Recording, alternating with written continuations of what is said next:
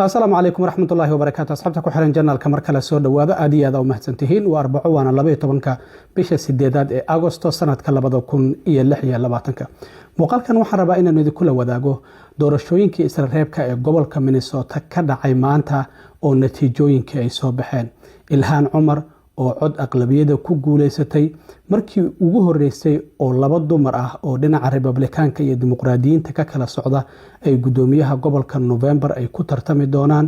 kursigii aqalka sanadka oo iyaguna labada haweenka ay isku haysteen oo gudoomiye ku xigeenka gobolka Minnesota Peggy Flanagan ay ku soo baxday haweeney kale ay la tartami doonto dhinaca Republikaanka oo Michelle Tafoya la yiraahdo iyadana waan idin la wadaagaya sidoo kalena faahfaahinna dheeraad ah ayaa ka soo baxaya iyadoo waliba la helayo muuqaaladii qaabkii qarsoodida ah ee madaxweyne Trump uu dalka Turkiga uga soo baxay bishii hore kadib markii shirkii isbahaysiga NATO uga qayb galay cabsi dhinaca amnigana ay soo wajahday oo laga baqay in Iran ay bartilmaameysato diyaaradda madaxweynaha uu saaran yahay haddaba qaabkii ay arintaas u dhacday muuqaalkii ayaan idin la wadaagaya madaxweynaha isagoo diyaaradda koray ka degaya diyaaradda uu saarnaa iyo midda wariyaashu ay saarnaayeen tee Ingiriiska ku horeysayna sidoo kale waan idin la wadaagaya balse marka hore soo dhawaada doorashooyin Israa'iil ah oo aad loo wada sugayay ayaa waxa ay ka dhaceen gobolka Minnesota maanta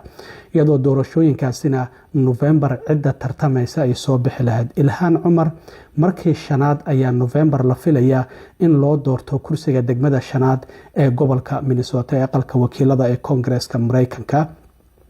waxaana cod aqlabiyada oo 80% ay uga guuleysatay haweeney la tartamaysay oo la yiraahdo Julia Lee Soomaalidu doorashadan aad ayay u soo baxeen inagoo og waxyaabihii ka dhacay gobolka Minnesota dhamaadkii sanadkii hore ilaa iyo bilihii ugu horeeyay ee sanadkan ee howlgalkii ciidamada ICE ee Operation Metro Surge oo laba qof ay ku dhinteen dad fara badanna oo xitaa kuwa sharci lehna lagu dhibaatay marka Ilhaan Cumar cod aqlabiyada ayay ku soo baxday codkan muddadii 4 mar ee hore ee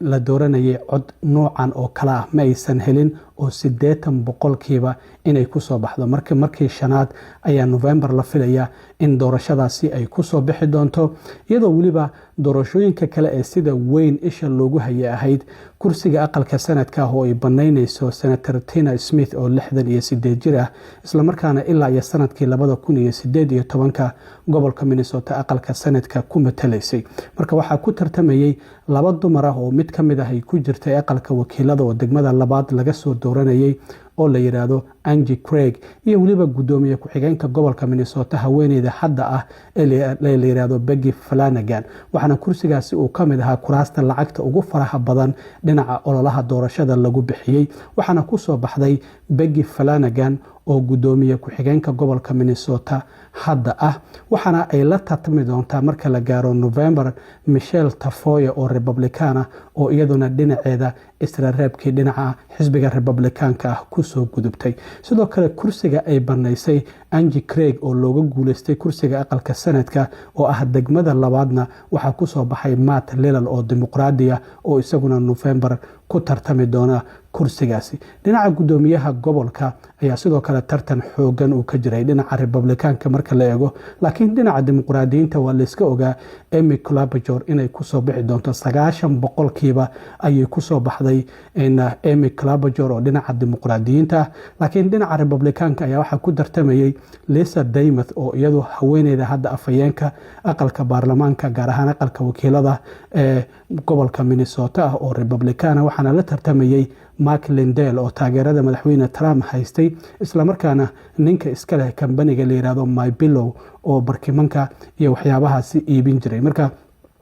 aad ay isugu dhawaayeen laakiin 45% Lisa Daymouth ayaa ku soo gudubtay waxaana labada haweena markii ugu horeysay ee taariikhda gobolka Minnesota ayaa qof haweenaya gudoomiyaha gobolkaasi ay noqon doontaa maxaa yeelay laba dumar ah oo dhinaca Republicaanka iyo dhinaca dimuqraadiyiinta ka kala socda ayaa waxay isku soo hareen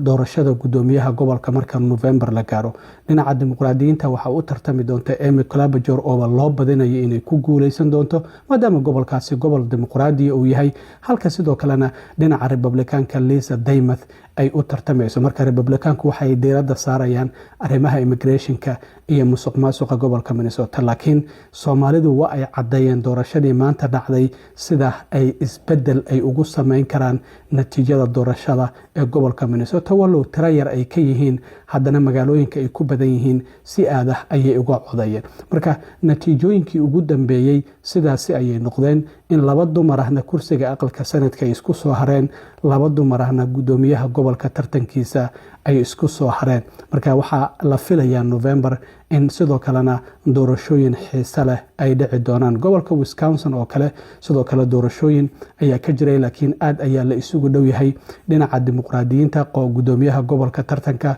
walow dhinaca Republikaanka uu soo gudbay ninkii isagu u tartamayay oo la yiraahdo Tiffany, kulay magac dumar ayuu wataa. Marka dhinaca dimuqraadiyiintana aad ayaa la isugu dhow yahay.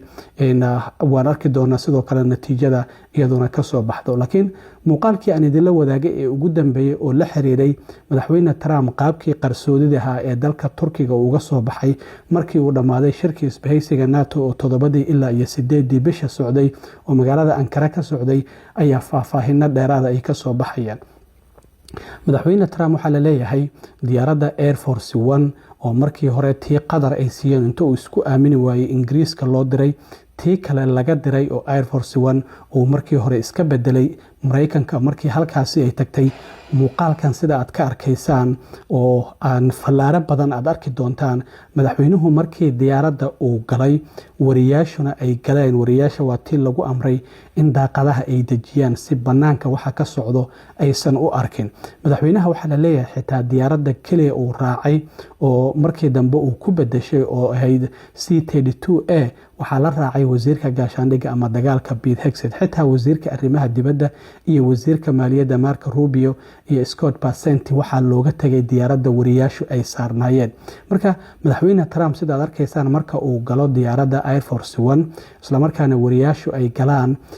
waa uu sii gudbay qaybta dambe ayaa gaariga cuntada loogu keeno diyaaradaha uu ku sugayay. marka madaxweynaha wariyaashu waxay u maleynayeen sida muuqaalka aad ka arkaysaan in diyaaradda uu la saaran yahay, laakiin albaabka dambe ayuu ka degay. sida aad aragtaan gaariga ayaana qaaday, waxaana uu gaarigu u geeyay diyaaradda kale oo C-32A oo meel aan ka fogeyn fadhisay. sida aad muuqaalka qaybta dambe aad ka arkaysaan, diyaaradda Air Force One waxa ayba duushay oo cagaha ciidda ay ka qaaday diyaaraddii madaxweynuhu uu raaci lahaa iyadoo weli fadhiso. laakiin Ingiriiska waxaa la leeyahay waxaa ku horeysay diyaaradda Trump uu raacay oo C-32A 9 daqiiqo ayay ka horeysay maadaama ay ka yarayd. diyaaraddan Air Force One waa diyaarad weyn oo aad u culus, marka maadaama ay ka yarayd waxaa la leeyahay 9 daqiiqo ayay kasii horeysay diyaaradda wariyaasha iyo qaar ka mid a golaha wasiiradu ay saarnaayeen. marka 25 daqiiqo kadib markii diyaaraddii Air Force One ee wariyaasha iyo qaar ka mid a golaha wasiirada ay soo degtay ayaa madaxweynaha mar kale dib loo soo saaray diyaaradda Air Force One.